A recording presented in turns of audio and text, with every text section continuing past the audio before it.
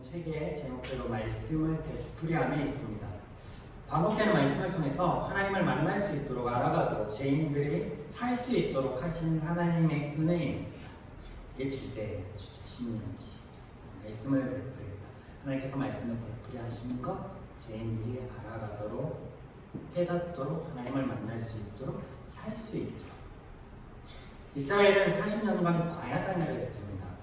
완전한 결핍이 있는 것, 외부로부터 도움이 없이는 살 수 없는 것, 그것에서 40년 동안 지낸 그들이 그들 나름대로 삶을 이어가기 위하여 수고들을 분명히 했을 거예요. 천막을 치고 걷고 행군을 하고. 그럼에도 불구하고 성경은 그들의 수고가 아닌 하나님의 일하심에 대해서만 기록하고 있습니다. 1장에 보시면 8절에 내가 너희 조상 아브라함과 이삭과 야곱에게 맹세하여 그들과 그들의 후손에게 주리라고 한 땅. 하나님께서 주시고자 한 땅이 목적이 되고, 1장 10절에 너희의 하나님 여호와께서 너희를 번성하게 하셨으므로 너희가 오늘날 하늘의 별과 같이 많거니와 너희의 지금 존재 이유 그거 나의 약속의 이행 때문이었다 라고 또 말씀하시고, 또 1장 31절에는 사람이 자기의 아들을 아는 것 같이 너희를 하나님 여호와께서 너희가 걸어온 길에서 안고 이곳까지 이르게 하였다라고 말씀하십니다.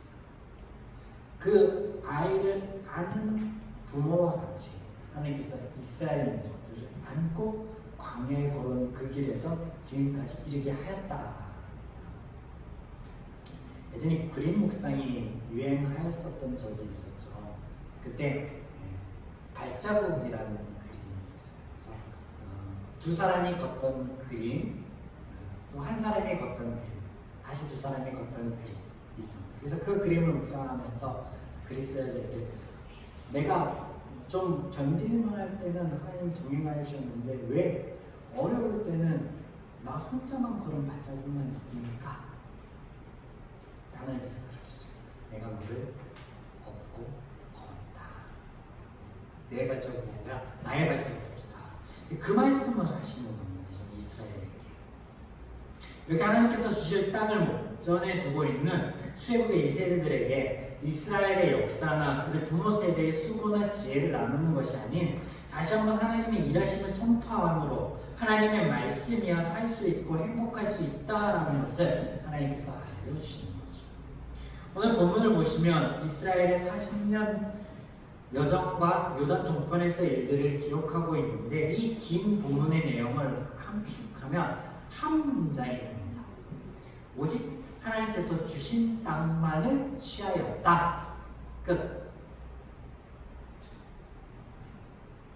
한 7, 8분에 걸쳐서 이 본문을 읽었는데 이 한 문장은 끝이에요. 하나님 주신 땅만 취하였다.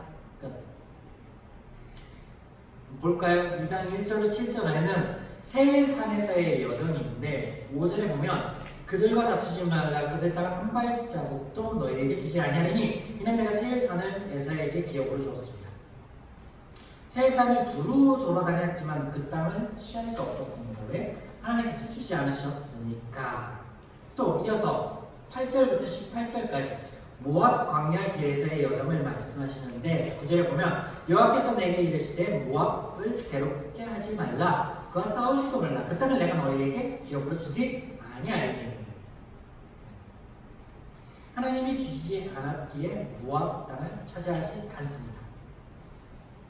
이어서 19절부터 23절까지 암몬 족속의 땅의 여정으로 이어지는데요. 19절에 보면 암몬 족속에게 가까이 이르거든 그들을 괴롭히지 말라. 그들과 다투지도 말고 그들의 땅은 내게 기업으로 주지 아니했기 때문이다 라고 했습니다. 세 번에 걸쳐서 하나님이 그들의 땅은 너에게 주지 않았다라고 말씀하시고 2장 24절부터 37절에서는 하나님이 땅을 주시는데 헤스본 왕 시온과의 전투가 기록됩니다. 여기 하나님께서 말씀하시기 24절 너희는 일어나 행진하여 아라논 골짜기를 건너라. 내가 헤스본 왕 아모리 사람 시온과 그의 땅을 내 손에 넘겼은즉 이제 더불어 싸워서 그 땅을 차지하라. 하나님이 주셨습니다. 36절 우리 하나님 여호와께서 그 모든 땅을 우리에게 넘겨주심으로 아론 골짜기 가장자리에 있는 아로엘 골짜기 가운데 있는 성읍으로부터 길앗까지 우리가 모든 높은 성읍을 점령하지 못한 것이 하나도 없었다. 이렇게 말씀하시죠. 또 3장 1절부터 11절까지는 바산왕 옥과의 전투를 말씀하시는데, 이 절에 보면 여호와께서 내게 이르시되 그를 두려워하지 말라. 내가 그와 그의 모든 백성과 그의 땅을 내 손에 넘겼으니 내가 헬수문에 거주하던 아버지 족속과 시온에 행한 것 같이 그 일같이 그에게도 행할 것이다. 2장과 3장을 통해 볼 수 있는 광야의 여정은 하나님께서 주시지 않는 땅 3곳, 하나님이 주신 곳 2곳에 대한 기록으로 함축되어 있습니다. 광야의 여정, 40년의 광야의 여정이 이 말씀으로 함축되어 있다는 거예요. 많은 사건들이 있었지만, 많은 내용들이 있었지만 그것들은 기록되어지지 않고 오직 땅에 대한 기록만 하고 있습니다. 40년 여정은 이 2장에서 3번의 땅 차지하지 못한 것, 2번의 땅 차지함 끝, 이것으로 함축하고 있다는 거예요. 하나님이 주시는 땅을 취하였고 주시지 않은 땅을 취하지 못하였다. 그러면 이렇게 하나님께서 다시 한번 하나님의 어떤 역사에 대해서 하나님의 말씀을 이렇게 함축하고 말씀하시고 계시는 의도가 무엇일까요? 저자인 하나님의 의도, 이게 뭘까요? 하나님의 약속과 일하심을 드러내는 거예요. 그러므로 신명기의 주제와 같이 하나님의 말씀이어야만 살 수 있고 행복을 구현할 수 있음을 다시 한번 보여주시는 거예요. 하나님의 말씀대로 땅을 차지하고 하나님의 말씀대로 땅을 차지하지 못해요. 여러분, 그들이 땅을 타지 못하였던 땅이나 그들이 땅을 차지하였던 땅이나 매 한 가지로 거기에 거인족이 있었고 성벽은 높고 두터운 땅이었다라고 기록하고 있습니다. 2장 3장에 걸쳐서 철침상이라고 기록하고 있습니다.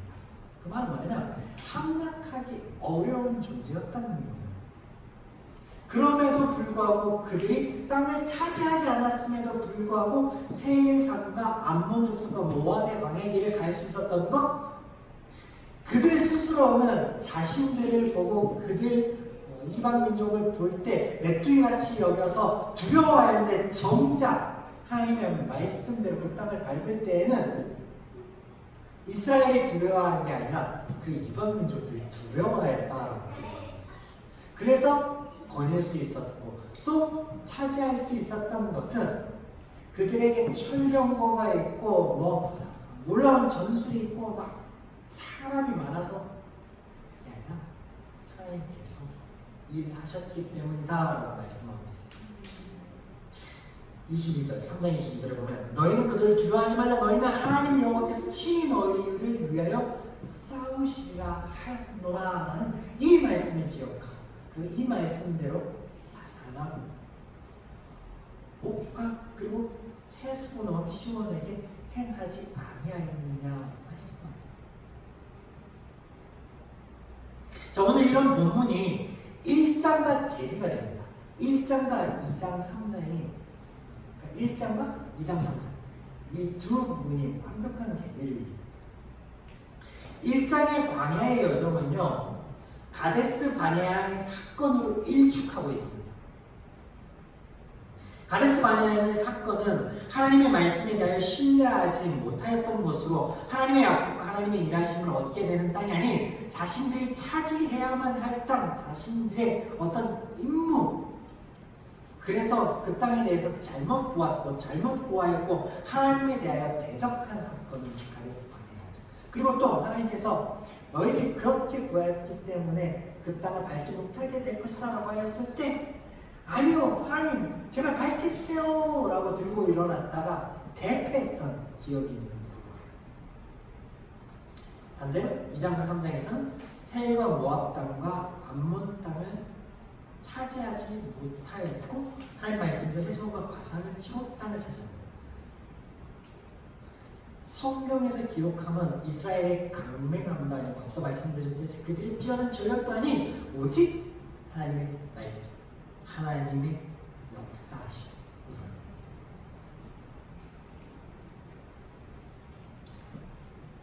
여러분, 그림이 그려집니까? 1장부터 3장까지요, 이스라엘의 모든 40년의 이 광야 여정을 땅 하나로 기록하고 있어요. 땅 하나. 그래서 1장에서는 하나님을 거역하고 땅을 차지하고자 하였던 이스라엘의 모습, 죄인들의 모습. 2장과 3장에서는 그들은 하지 못하였지만 하나님의 말씀처럼 되었다라는 것을 보여주십니다. 통하여서 그들이 가게 될 땅의 정체성, 그리고 그곳에서 그들이 어떠해야 되는지, 그들의 삶이 어떻게 되어야 되는지 하나님께서 말씀하십니다.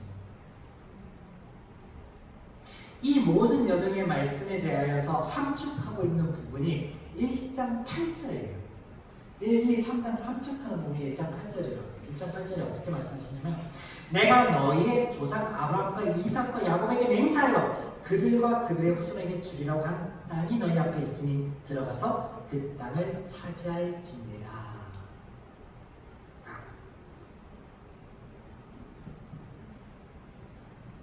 이스라엘의 모든 여정을 통하여 이스라엘의 수고나 노력이 아닌 오직 하나님의 일하심을 강조하십니다.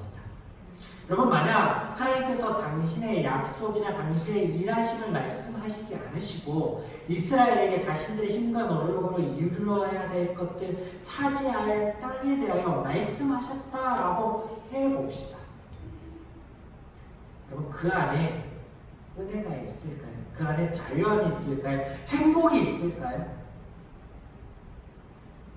오직 근심만 있을 거고, 걱정만 있을 거고, 수고만 남아 있을 것입니다. 그 모습이 정확히 가데스 바냐의 이스라엘의 모습이 아닙니까? 하나님의 은혜가 없이, 하나님의 말씀이 없이, 하나님의 일하심 없이 그들이 해야만 될 때에는 그들은 스스로 메뚜기로 보였고, 걱정이 되었고, 근심이 되었고, 원망이 되었고, 그리고 스스로 뭔가를 해보고자 하여 나갔는데 결국에는 대패하여서 죽음을 맛보았다는 거죠. 우리가 만약 성경에서 하나님께서 당신을 보이시는 이와 같은 방법에 대하여 고려하지 않고 성경을 보면요, 성경의 문자적인 부분만 주목하면요, 이상합니다. 오늘 본문이 참 이상해요. 그리고 앞뒤가 맞지 않습니다. 아니, 하나님께서 부동산 중개업자이십니까? 세상은 에서의 후손에게 주고, 모압과 암몬은 룻에게 주고, 가나안은 아브라함에게 주시고, 주시는 땅에서 분쟁이 일어나니까 막 전쟁을 일으키시고, 아니, 그리고 또 민수기에서는 분명히 하나님 모압과 전쟁이 일어나는데, 요단 동편에서 일어났는데, 기억하시죠? 바알므롤에게 부속된 그 사건이 있기 전에 어디와 전쟁이 일어나지? 모압과 전쟁했습니다. 근데 여기서는 하나님 싸우지 말라 그래서 안 싸운 것처럼 기록하고 있단 말이에요. 앞뒤가 안 맞아.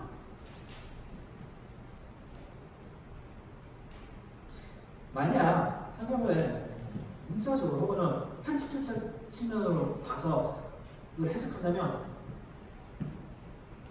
어떻게 해석해야 돼요? 엉망진창입니다. 말 그대로 엉망진창이에요. 앞서 말씀드린 대로 성경에서 하나님이 당신을 보여주시는 방법이 아니면요, 우리가 이 안에서 은혜를 발견할 수가 없다는 거예요. 여러분, 하나님과 우상의 본질적인 차이가 무엇인지 아시잖아요. 그것은 은혜입니다. 은혜. 이스라엘은 단 한 번도 하나님에 대한 선한 일을 한 적이 없음에도 불구하고 하나님께서는 계속해서 그들을 도우시고 공급하십니다. 왜? 하나님의 도우심과 공급하심이 없으면 단 하루도 살아가기 힘든 곳을 가고 있으니까요. 부족한 자에게, 연약한 자에게, 할 수 없는 자에게, 필요를 구하는 자에게 하나님께서 은혜를 부으셔야만 합니다. 그래야만 하나님 말씀처럼 살 수 있습니다. 그런 하나님이 아니라 징계하시고 채찍질하시고 심판하시는 하나님이라면요, 죄인은 살아갈 수 없어요. 노아의 홍수만이 성경 전체에 기록되어야만 합니다.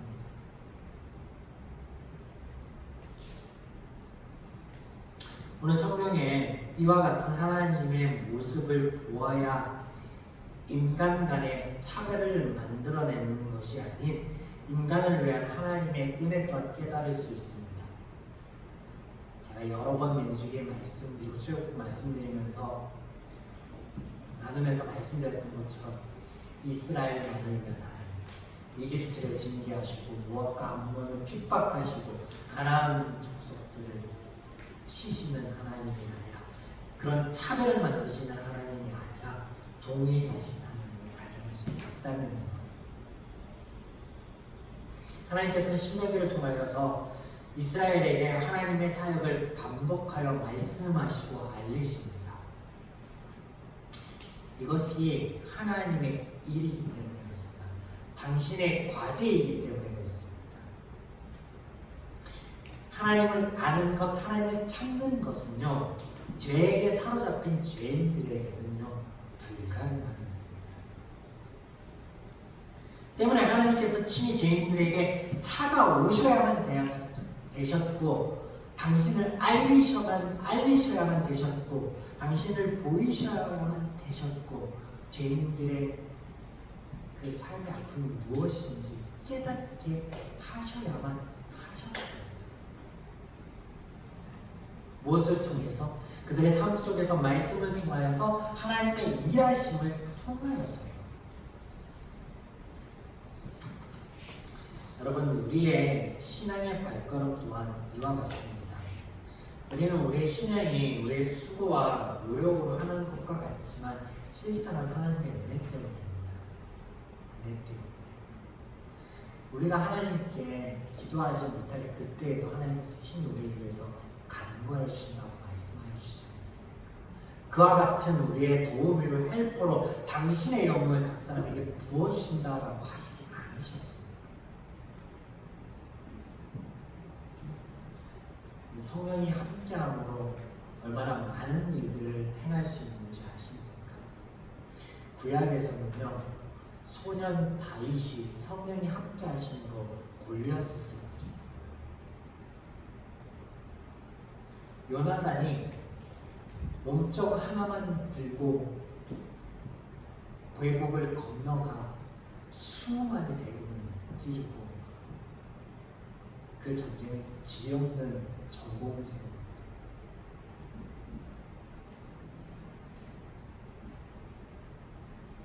먼 과거가 아니라 가까운 우리의 삶을 보십시오. 하나님의 도우심으로 우리가 얼마나 많은 것들을 누리고 있습니다. 우리의 노력과 수고를 하는 것 같지만 하나님의 은혜, 하나님의 일하심과 하나님의 도우심으로 되어진다는 거예요. 그래야만 그 안에 진정한 은혜와 자유와 행복함을 누릴 수 있습니다. 앞서 말씀드렸던 것처럼 신명기 1장에서의 죄인적인 방법에서는 아픔과 고난만 있을 뿐이고 우리가 뭔가 해야만 될 것 같은 압박감만 있을 때, 하나님의 말씀대로 하나님의 역사대로 가면 2장과 3장에서는 참 쉽습니다. 쉬이 됩니다. 하나님 말씀대로.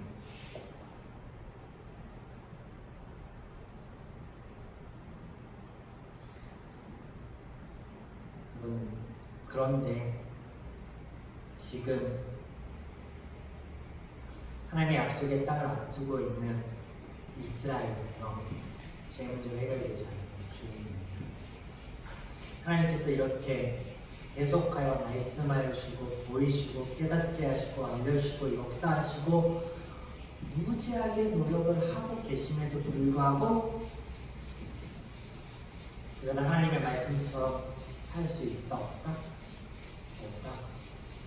그래서 보여주시는 게 뭐예요? 요단강 동편에 자리 잡은 지파들 플러스 요단을 건너지 못한 모세의 한타. 지난주 잠깐 살펴봤는데 또 나옵니다. 모세가 여호와께서 너희 때문에 내게 진노하였다라고 3장 26절에 하나님 어떻게 말씀하시는데, 네가 이스라엘의 목전에 내 영광을 나타내지 못하고 거룩함을 드러내지 못한 때문이었다라고 말씀하셨어요. 또 하나님께서 가나안을 주셨는데 여기가 좋사오니 여기에 머물겠습니다 라고 하잖아요. 남기지 말라라고 했는데 남기잖아요. 2장 35절에 보면 다만 그 가축과 성읍을 탈취한 것을 우리의 손으로 삼았으며, 왜 단순히 물건과 가축만 의미하는 게 아니겠죠. 우리가 살펴본 바 그들의 좋은 대로 사람들도 치러야 이 말씀을 통하여서 우리가 신앙을 생활하면서 앞서 말씀대로 우리의 발걸음이 하나님의 은혜로 하나님의 일하심과 도우심으로 된다라는 것을 잊지 말며, 또한 우리가 잊지 말 것은, 주의할 것은 머물게 하는 것들이 있을 거예요.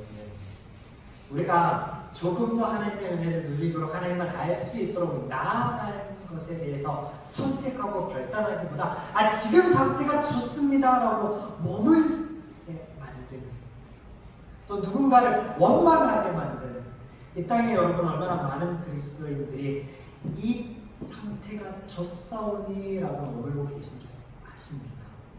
그리고 하나님을 알기를 소망하고 하나님의 말씀을 알기를 소망하는 사람들이 얼마나 많은 이단의 게임에 빠져서 넘어가는지 아십니까?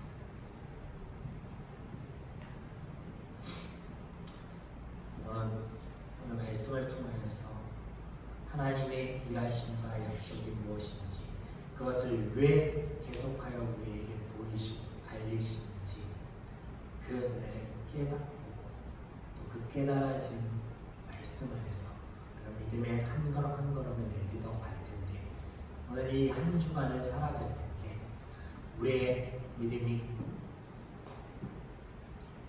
넘어지거나 후퇴하는 것이 아니라, 비록 그럴지라도 하나님의 도우심으로 다시 일어나서 2보 후퇴하고 1보 전진할지언정 후퇴만을 하는 것이 아니라 전진할 수 있는 믿음이기를, 여러분 그 믿음의 발걸음이 우리의 미션이고 우리의 과업이 아닌 하나님의 은혜 누림임을 깨닫고 또 이것을 누려가는 저와 여러분 되기를 주님의